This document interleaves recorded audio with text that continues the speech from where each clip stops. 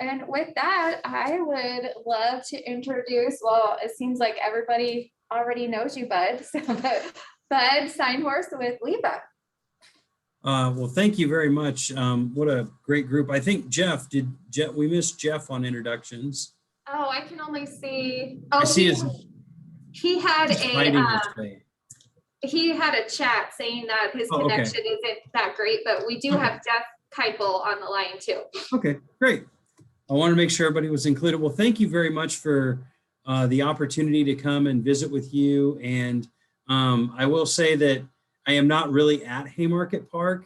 It's just one of my favorite places in Lincoln. And so I decided with Zoom, I always like to try to have a fun background. So it's one of the places I love, and partially because I actually was involved in the fundraising for that when I worked at the athletic department 20 years ago. So it's kind of fun to have that background when I'm on virtual meetings and share one of my favorite places in Lincoln. So I really appreciate being able to be here. I got to tell you, your group is on point with your introductions of yourselves. What great just introductions about you and who you are and the things that you do. So that's pretty awesome. It's kind of interesting when I got the email to visit with the group and they said, share your entrepreneurial journey. And I thought it was kind of interesting because I have a little bit of an entrepreneurial journey, but I have kind of more of a career journey that I thought I would talk about, which has culminated in my fortune to be the CEO here at Liba. So I have a long career, started in the late 1990s, mid to late 1990s, in working in nonprofits. And so I actually started as a fundraiser for the Nebraska Athletic Department. I've been a small college athletic director, worked in several different nonprofits in higher education and in healthcare. And then about 8 or 9 years ago, I started working in associations. And so I worked as the head of the Republican Party for about 4 years. I worked for the Alpaca Owners Association, which is one of the craziest career moves, and everybody gets a good chuckle when I talk about going from professional politics to alpacas, because there's not much of a bigger differentiation in worlds, and now here with Liba. And so the thing that I wanted to talk about specifically with Liba is I was a member of Liba for about 6 years, 7 years before I became the CEO, and I'd been involved with the organization in a lot of different ways. And one of the things that I love about our organization is when Liba was started in 1980, the founders wanted small business owners to have a voice in our city. And I think if we look today, that's still something that we push for each and every day here at Liba, is to identify the issues that small business owners are facing and be able to help them and identify resources for them and to add value to them. So Jody, as a fellow John Maxweller, I got to tell you, adding value is something that I preach and talk about and strive for every day. So, you know, and it comes in many shapes and sizes. And I think a lot of people equate Liba with involvement with our elected officials and what I'll call that political stratosphere. But it's so much more than that. And really during the pandemic, we were able to try to, you know, help people understand that it was so much more of a business owner calling and saying, but I'm trying to identify this resource or that resource, you know, and it may be, Renee is a good Liba member. She's an awesome Liba member and she's on our board of directors, but like maybe it's someone that needs those services that Renee offers. And so we can try to connect them, or they might be having an issue with a building permit and they're trying to ask questions, and we try to take advantage of our opportunities and our connections to try to help them. Or where can I find out more information about what's happening? And so those are the things over the course of, it's been almost 2 years since I came to Liba. Those are the things that we've really tried to enhance for our business owners, because, you know, sometimes it's just understanding the new tax laws so that business owners understand what it means and what they have to do and how they have to do it.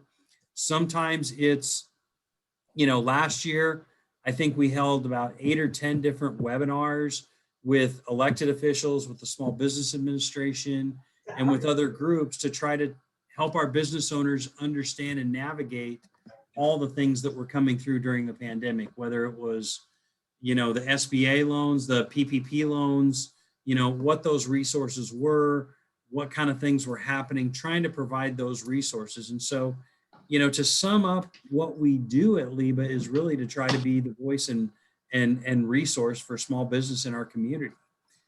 We have about 1,000 members in our organization, and it's the fun part of our organization is we have everything from, we have a business owner who they manage their business, they own their business, they run their business, they have no employees but themselves, all the way up to businesses with over 1,000 employees. And so we have a broad spectrum in our organization, but everybody's always pulling together to help everybody. And that's one of the really keys I felt during the pandemic was, the bigger, larger employers were trying to identify ways they could help and support the small business owners. And one of the projects that we did early on was we created a program where people could go online and buy gift cards from local businesses just to try to help with that infusion of cash, and that we launched that, I think it was like the 27th or 29th of March last year. So we were pretty ahead of the game with that, but it was able just to get that cash to those businesses when there was such a time of uncertainty and there were those shutdowns that were happening and those types of things with business. So it was a really cool way for us. And one of our largest employer members is the one that helped us, set up the merchant solutions and the website and get the gift card thing rolling. They even deployed their human resource department to allow the business owner to call in and help them walk through it. They had people on the phones, I think it was about 12 or 14 hours a day, taking those phone calls available to people and helping those business owners. And I think there were some things like that we were able to do to really help our small businesses. During that, moving into last summer when the mayor had the Economic Recovery Task Force, I was invited and participated in that. They had a business recovery discussion group or subgroup. And, one of the things that I really advocated for in that group was to make it easier for our local businesses to conduct business with the city. If the city is going to be able to, if there's a local business that can manage that project for the city or whatever it might be, we wanted to have that. And so actually last fall, the council passed that ordinance or passed that resolution ordinance that actually enhanced the way the city could do business locally. So small things where, they had to go through certain approvals at certain points, they were able to open that up for small businesses. We've done some things with other small businesses, to try to help them, if the city needs a contract for a small project, to give some local businesses that opportunity. And so it's really opened up those opportunities for some of our local small businesses. So it's something that, I'm very passionate about trying to work on things that can help our business. If our tax dollars are being invested in our own city, we keep that money going around in our city with our local employers. And, if I would like to see the city engage in a contract with somebody like Renee's business to work on some of their web development and different development activities instead of using companies from outside the state. Right? That's kind of what we push for. And that's really what we've advocated for, is for them to be more open.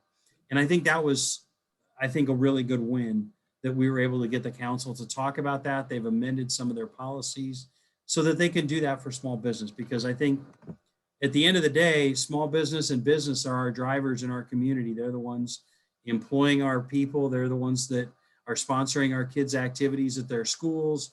They're the ones making the investments in our community. So to really be an advocate for that. And that was probably one of the most telling things for me when I went through the search process to join LIBA, was the opportunity to really help and work for and advocate for our local businesses.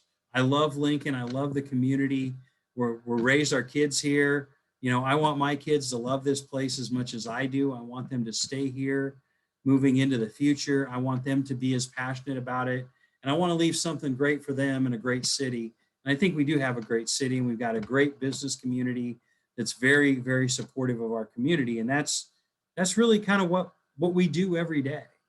And so I guess that was kind of the thing that I really wanted to talk about with Liba, and really talk about the things that we do that maybe aren't the things that you hear about the most, and all of those type of things.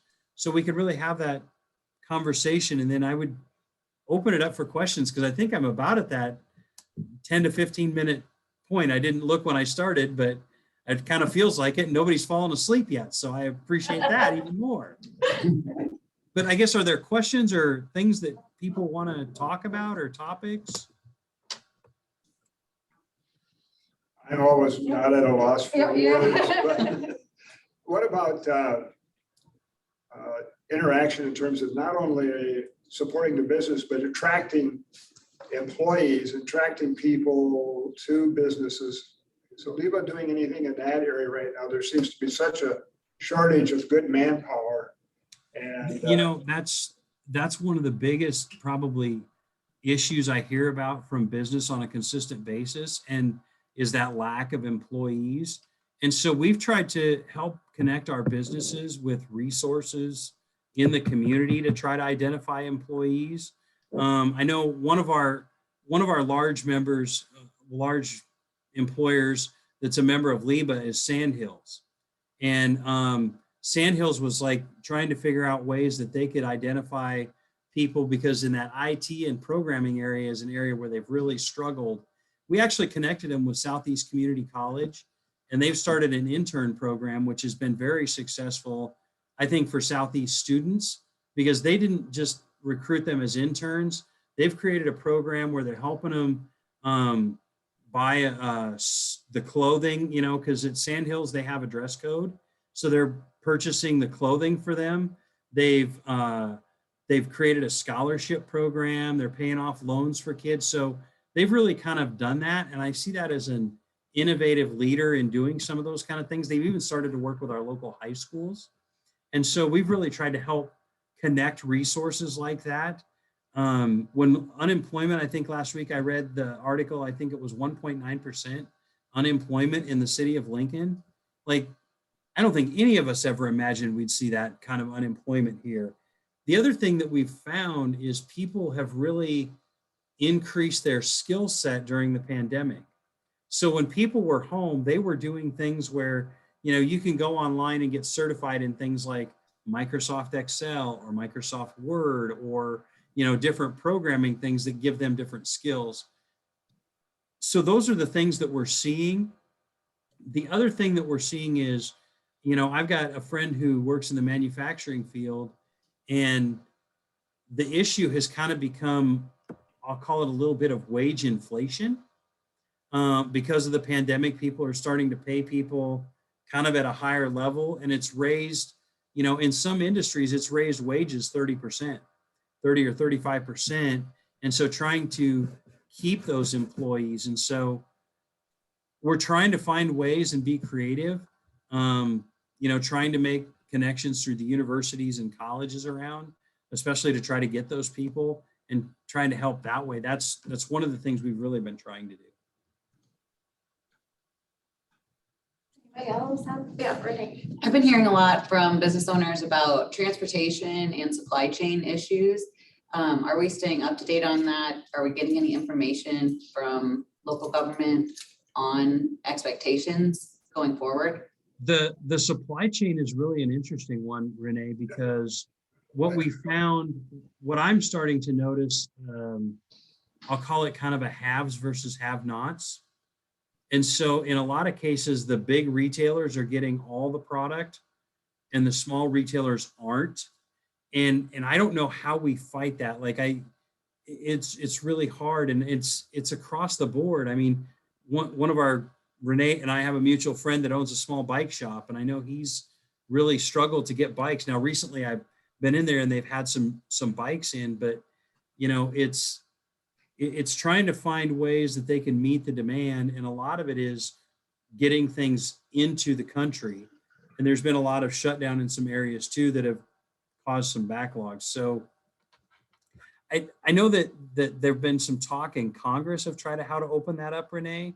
But as anything with Congress, it doesn't go very quickly. So I haven't seen a lot of movement on that, but I know there's been a lot of conversations, and we're following that as much as we can. The local government, there's a lot, I think their hands are a lot more tied because it's more of a trade issue or an import issue than in the country. And I think some places are starting to get back, but catching up is hard. Like the person I referred to that's in manufacturing, they're finally to a point where they're about 6 weeks out or 8 weeks out on getting their things so that they can start to plan. But they're still probably, he said if he could go 24 hours a day, 7 days a week, he could keep people busy 6 months to try to meet the current demand and catch up. And so it's just a matter of trying to find ways.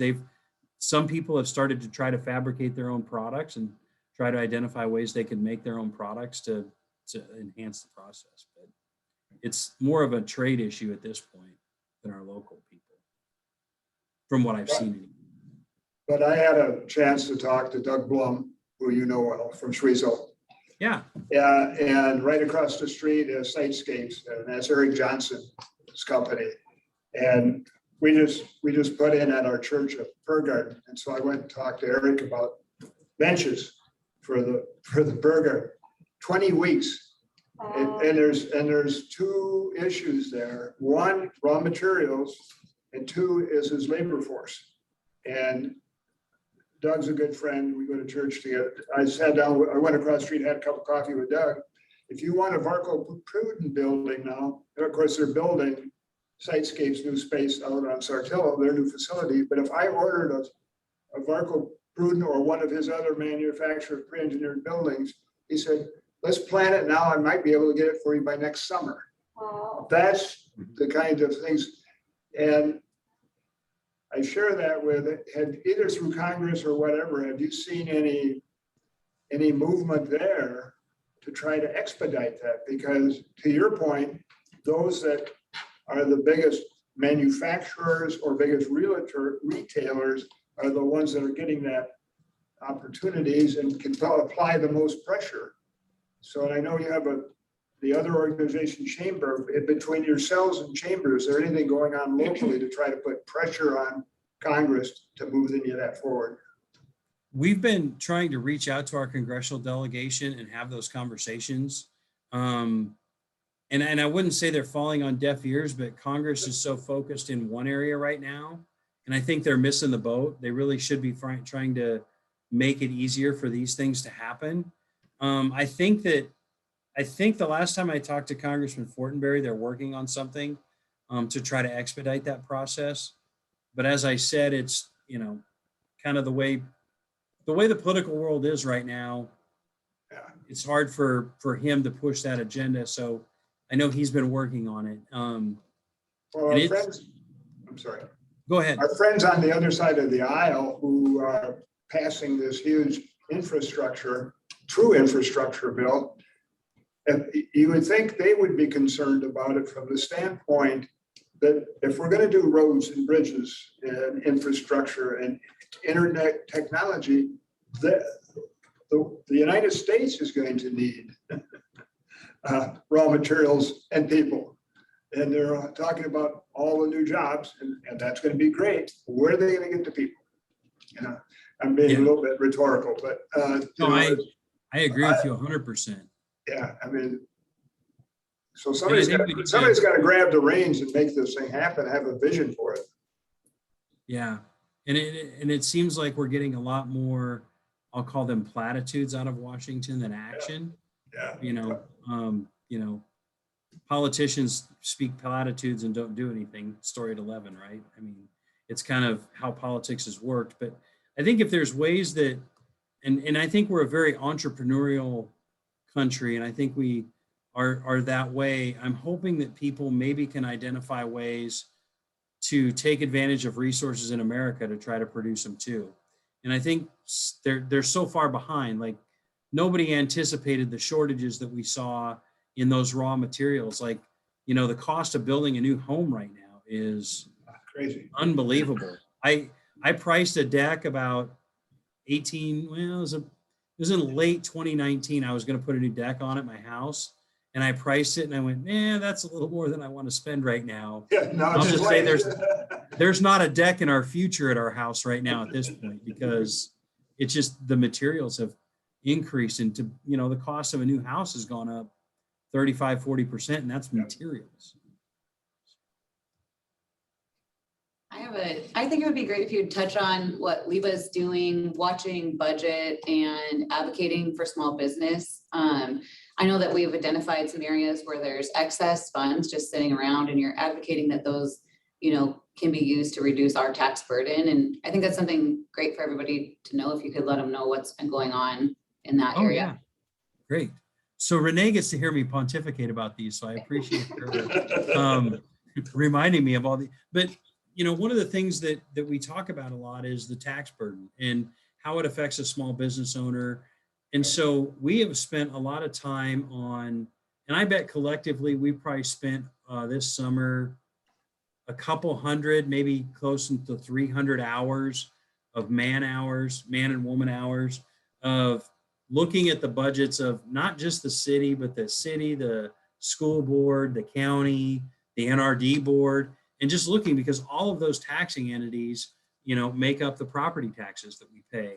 And one of the things that we found over the last couple of years of really deep diving in the budget is, in the city budget specifically, there are millions and millions of dollars that get carried over from year to year to year, and departments are building, for lack of better terms, I'll just call it a war chest, right?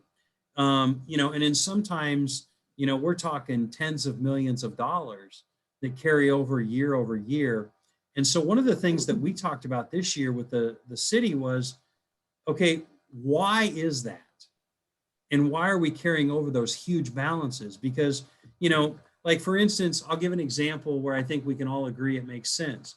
So Lincoln Fire and Rescue carries over some balances each year because they're building up to buy a new fire truck or a new fire engine or, a new ambulance or those kind of things, which are large purchases.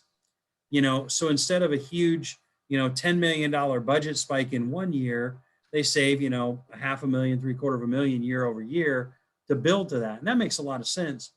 But in a lot of cases, these departments had all these balances and nobody had any idea why and what the money was for, which is, as a taxpayer, that's concerning to me personally, but to my business owners, it's very concerning too, because, the city budget went up about 6.5% this year. Our average property tax bill went up about 11%. And so although the levy, and it ended up being just slightly less than it was, but their intention was to keep the levy at the same amount. But when your property goes up, by 11% on average, they're collecting, an extra $5, $6, $7 million in property taxes. And so, when their budgets are going up like that, business owners aren't seeing that across the board. And the burden becomes employees aren't getting raises, but when property taxes go up, it's not just when you pay your property tax bill, it's all the other things, because the grocery store's property tax went up, so their prices are going up. It's the place you buy clothes for your kids. It's the restaurants that you go to. It's everywhere you go, you're seeing that increase. And so there's a big domino effect economically when that happens like that. And so number one, we were talking about transparency. We think it's important that the city understand and tell us as taxpayers, like, what's this money for? And in the simple of terms, my comment was kind of, there's two answers when you ask a department head why they have a huge balance at the end of the year. It's, for instance, in the fire department, they're building up to buy apparatus because they have to keep their apparatus up to date, because we all want the fire department to get there as quickly as possible when we make that call. But then the other answer is, well, I'm not really sure. And if it's not really sure, can that money be used to balance our budget in other ways or use it in other ways so that we don't have to continue to come to the taxpayer? So, and I think this year we're seeing a lot of increase in sales tax revenues. And we're asking the city to be a little bit more transparent and, maybe look a little bit more at their budget and find ways that they can tighten their belt. So we did that with the city. We had conversations with the county. We were always talking about when prices are going up and valuations are going up, there should be a consideration of lowering the levy. The county actually did lower the levy this year, so I think that's a win for the taxpayer. And then also, we worked with the LPS board, and they were talking about the things that happened during COVID and how their budget was coming together and all of those types of things. And normally what they've done in the past is they'll leave their bond levy the same, and they'll collect money that they'll put toward the principal to try to pay their bond off quicker. Well, right now, bond rates are so low, and interest rates are so low that we talked to them about lowering that levy and just make that payment that you need this year, because that penny of levy, I think, if I remember right, every penny of levy puts a couple $1,000,000 back in the taxpayers' pockets. Well, I'd love to see that money spent around our community, right? Instead of that money going into the LPS and then paying off their bond early, if they put that, extra couple $1,000,000 into our city, that extra couple $1,000,000 is actually going to be spent about 5 or 10 times in the next 5 years. So, it's circulating the money in our economy. So those are the things, and we've taken a little bit different approach in the last 2 years since I came to LIBA, and those conversations are happening in meetings with the school board or a couple of school board members and the administration. We do monthly one-on-one meetings with each city council member, or we'll have 6 of them. The 7th one's getting the schedule, but it's a one-on-one meeting to have a conversation. And instead of fighting the battle through the media and through the newspaper and through the radio and all of that, we're like having the conversations, and I think it's helping. And I think it's, we're able to hear their side, we're able to share our side, and I think we've been able to come to some agreements in certain cases. That was a really long answer, Renee. I'm sorry. Get me talking about these things. You're and passionate about that one. I am. I am too. Picking up on that one, but I had a conversation a week ago with Pam Dingman, who is a good friend of mine, county engineer. You were talking about the county budget. From what I understand, there's a significant amount of reserve in the county board budget in terms of all the needs for bridges and infrastructure here in the county, and that money's not being able to get at. Do you have any insights on that side of it? So now you're really digging into something, and Renee gets to hear this from me all the time. So I'm sorry, Renee. Well, that's all right. I'm passionate about it too. So go for it. So I obviously worked in professional politics. And so one of my biggest things is always the people need to show up, and the people need to speak, and the people need to get involved. And I don't care what party you're registered with, participate in our elections, but also it's important that we have people show up at these meetings and pay attention. And we've tried to communicate more about what's happening to our members and let them know when certain hearings are. But nothing speaks more volumes than when the people show up to talk to our elected officials about these things.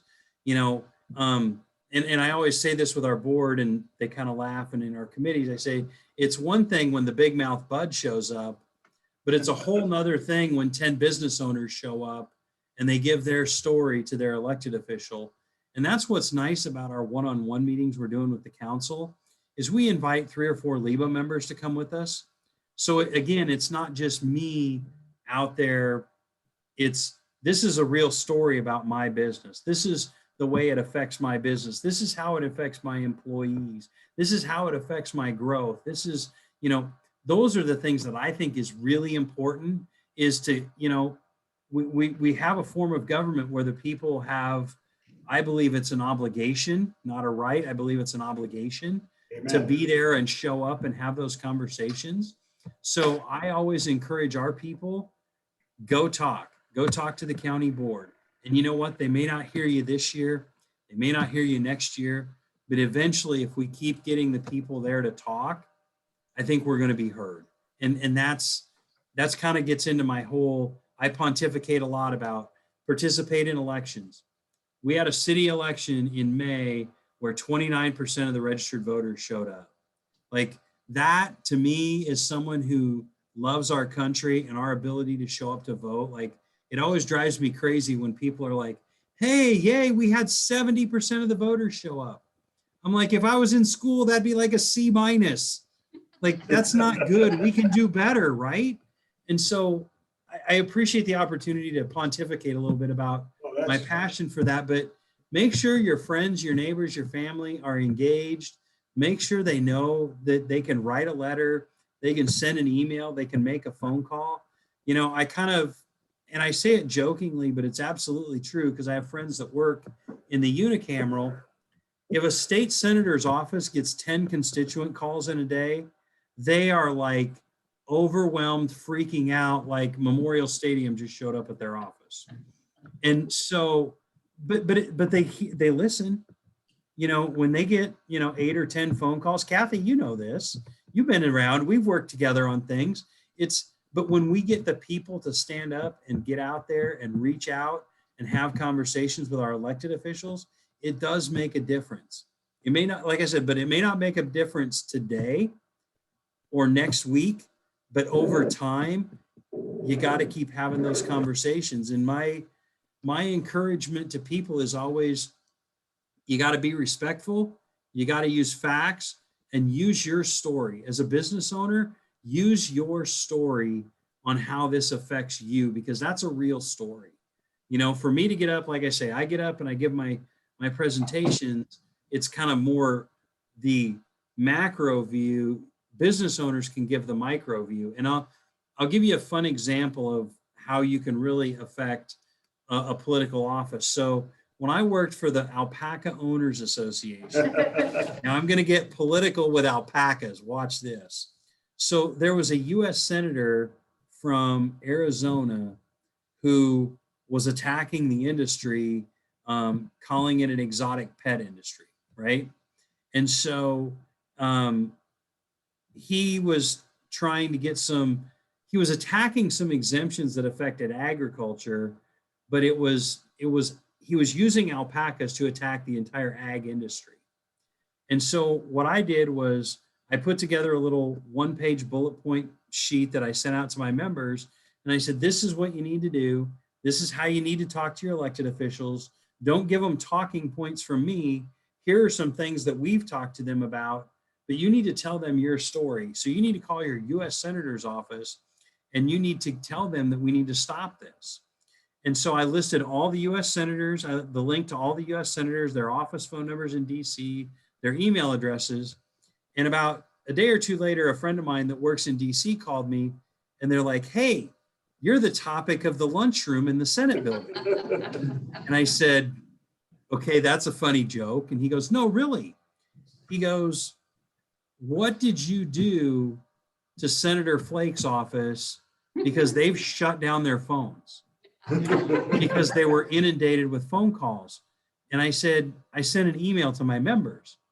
And being a political operative, he's a fellow political operative. He's like, come on, you did more than that, right? Like you did the patch calls where you call people and say, press 1 to talk to your senator or whatever. We didn't do any of that. I sent an email to my members, but we really, really made an impact and we were heard. You know, and so it didn't take right away, but we were heard about the issues that were important to us eventually. So, and I actually got called out 3 times on the U.S. Senate floor by Senator Flake, which is, I guess, a badge of honor. But, but like, so I use that as an example because if you rally your people to show up and you rally your people to share their passion and share their story with their elected officials, you can make a difference. And then the other thing is elections have consequences. And so you spoke about the county board.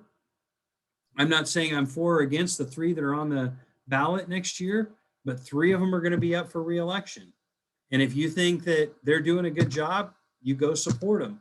If you think that there's somebody else that could do better, go find somebody else that can do better and be willing to go campaign for them. Like, you know, that's I have a 10-year-old daughter, and she's starting to learn politics because from the time she was 2 years old, she's been going to political parades with me, political rallies with me. And, you know, she's in the fourth grade now. And last night she was, because they're studying our state in the fourth grade, she did research on our state. And, you know, it was kind of funny because in class yesterday, she said, she told all of her classmates, I know the governor and I have met the governor and I have talked to the governor. And her classmates are like, wow, you know, to them, that's a big celebrity. But, you know, get involved. That's, I guess, my big message. So I could talk about that all day, as evidenced by how long I've talked about it right now. I'd like, yeah, so Bud, not everybody here knows, but you know that I was here for 25 years, gone for 5, and now we're back again. And while I was gone, I was in Florida. Got to be intimate with Florida politics, which is always a fun thing to do. But I still come back to this question that I'm going to ask you, because no matter where we have lived in our adult lives, which is as far as you can go in every compass direction in the United States, to include Alaska and Hawaii, it always comes back to one thing for me, and that's because a part of my life, I have done some public relations work for about 20 years. How do you feel that our print and broadcast local media is with regard to equal, fair, accurate, complete representation of issues and facts as the CEO of LIBA? Because I feel like there's an information void. Yes. As I'm out and about in the community and I hear people talking and I hear business owners talking and I hear politicians talking, it doesn't line up. As I hear professionals in my husband's profession talking about the current issues that we all face, the information doesn't line up, and it's not, I'm not seeing it addressed in media. So number one, where's your position on that? And number two, if you could give us counsel as business owners of how to change any deficits that are there, what would that counsel be? So I would say that the struggle, and okay, so when I was in college was when CNN first launched. And I remember when we invaded Baghdad, and I remember Bernie Shaw covering that. I mean, I see a lot of people nodding their heads. And people are like, oh my God, what's going to happen when we have 24-hour access to what's happening in the world, the news of the world? And I think if you think about, and that was in the early 1990s, that was 1990. So you think about, here we are 31 years later, and anything I want to find out, I can find out on this little device right here. Like, it's at the fingertips, but it's like, at the fingertips of most of the kids in, I would say probably 99.9% of the kids in high schools, probably 90+% in middle schools, and all of us. And I think we can find someone to agree with our position, you know, in the media. And I was talking to a friend of mine in the media today, and they were asking me for some advice on a story they're working on. And I see, you know, his comment was, you know me, I have kind of a slant on how I'm going to report this. And I said, well, I know you're not going to be Walter Cronkite. And, you know, and I kind of gave the Walter Cronkite thing where it was like, well, this happened and this is what we heard. And here's the information. And now to the weather, right? I mean, and so I think there's a bias on both sides. I think for us, it's important to do our research, you know, and so when we, and I'll use LIBA for an example. So before we go out on an issue, our policy research person here, Jack, he's an amazing young man. He goes and he researches like nobody's business. And he pulls it from all sides, and we sit in together and we sit down and we try to decipher that. And so I watch the local news mostly for, you know, kind of the what's happening and the weather. I don't watch the national news. And I get my national news, honestly, I look at more overseas newspapers for national news than I look for American newspapers, because I feel like they're reporting what's happening in America. I think that's kind of sad. So that's kind of my somewhat answer on Kathy's question about the media. I think as business owners, the second part, repeat the second part of your question, if you would, Kathy, just to make sure I hit it right. What can we do as business owners to influence our local print and broadcast media to be more unbiased, comprehensive, fair-minded, whatever word you want to use? Because it's a local newspaper, it's local TV. We need local issues reported fairly, accurately, and completely. How can we influence that as business owners? I think there's a couple of ways as business owners that are good. And I go back to what I talked about with politics is send the email, write the letter, make the phone call. And I will do that. Like one of the things about the Journal Star is every reporter's email address is on every story. And so like if there's something in that story, and I've done this with Don Walton, I've done it with Margaret Reese, I did it with Nancy Hicks, I do it with the editor and the publisher.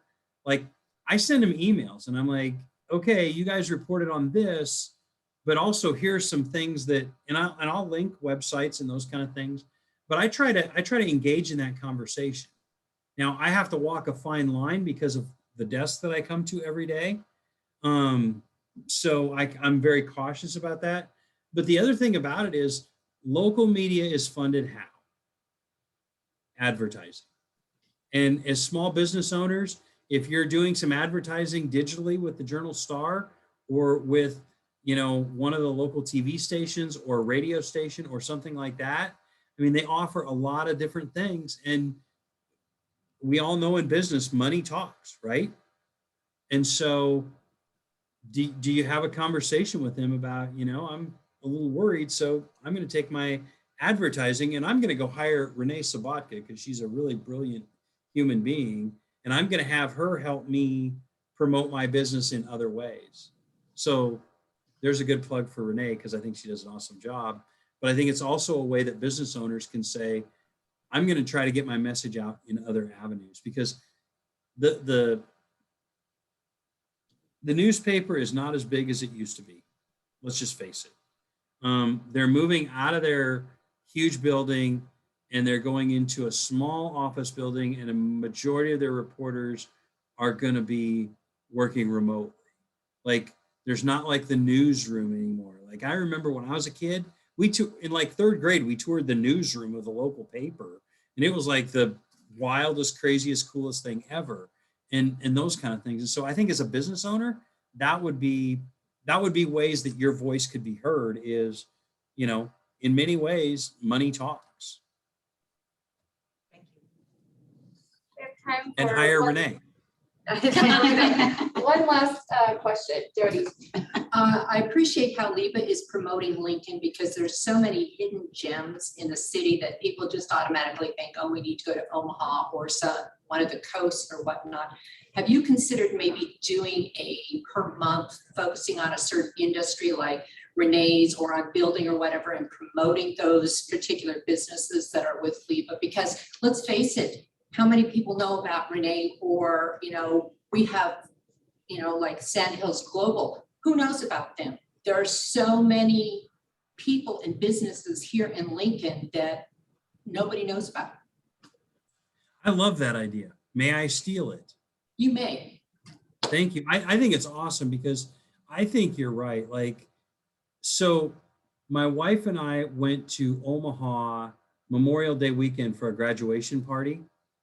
And we were driving, and my wife goes to Omaha. She lived in Omaha for, middle school and started high school and then moved to Lincoln and went to the greatest high school in Lincoln, Nebraska in America, Pius X, which is actually where we met. Hey, I'm a homer. I am a homer. I love my Thunderbolts. But we went to Omaha and we were driving to Omaha and I'm like, well, that's new. And she's like, Bud, that's been there for like 3 years. And I counted back and it had been almost 5 years since I've gone to Omaha. Basically, when I left the party, I hadn't been to Omaha but once, and it was in early 2017. So I guess 4.5 years. But so for me, like Lincoln's got all I need. Now I'm a pretty basic guy, but we've got some of the coolest discovering like boutique clothing stores, restaurants. I mean, I could eat out every day of the month in Lincoln and eat at 31 different restaurants that are totally different around this city that are awesome. So I think that's an awesome idea to promote different industries. I love it. Thank you for a great idea. That could be a weekly column in the local newspaper. Well, that, or again, you could feature it in your whatever, keeping the costs low, that, okay, we are featuring, fill in the blank, like, Yeah. okay, who's eaten at Chopsticks lately? What do you think? Or, yes, I know. Yes, Maggie's great. So just something like that, and people getting, because Facebook sucks. I mean, let's face it, they're always changing algorithms and stuff, but something local that, okay, have you eaten at this, or have you, I think, isn't Strictly Business doing something similar to that, to various restaurants now that they're featuring something like that? Yeah, something a little bit like that. Yeah. But, again, I appreciate how you're promoting Lincoln business, but I think it could be promoted more so.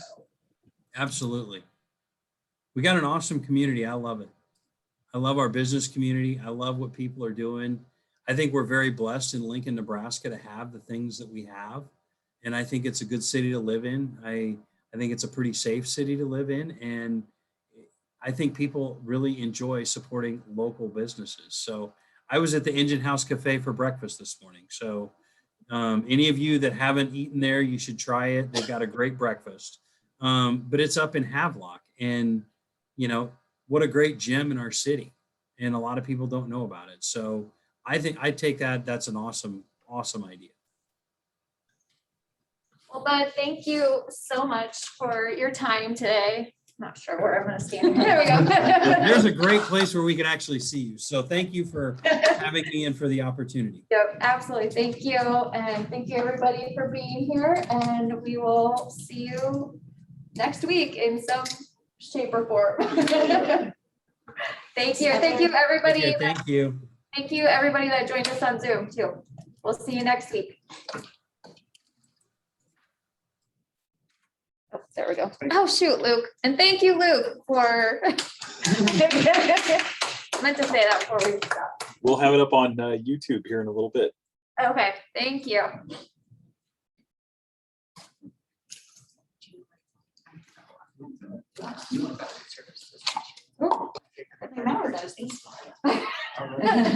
Don't ruin our beautiful carpet, right? I know. It's my favorite color. It's every color, right? Just about. So you can just step in and stuff. Can't get any closer because I don't have a mask. Oh, okay. I don't understand your total background. I've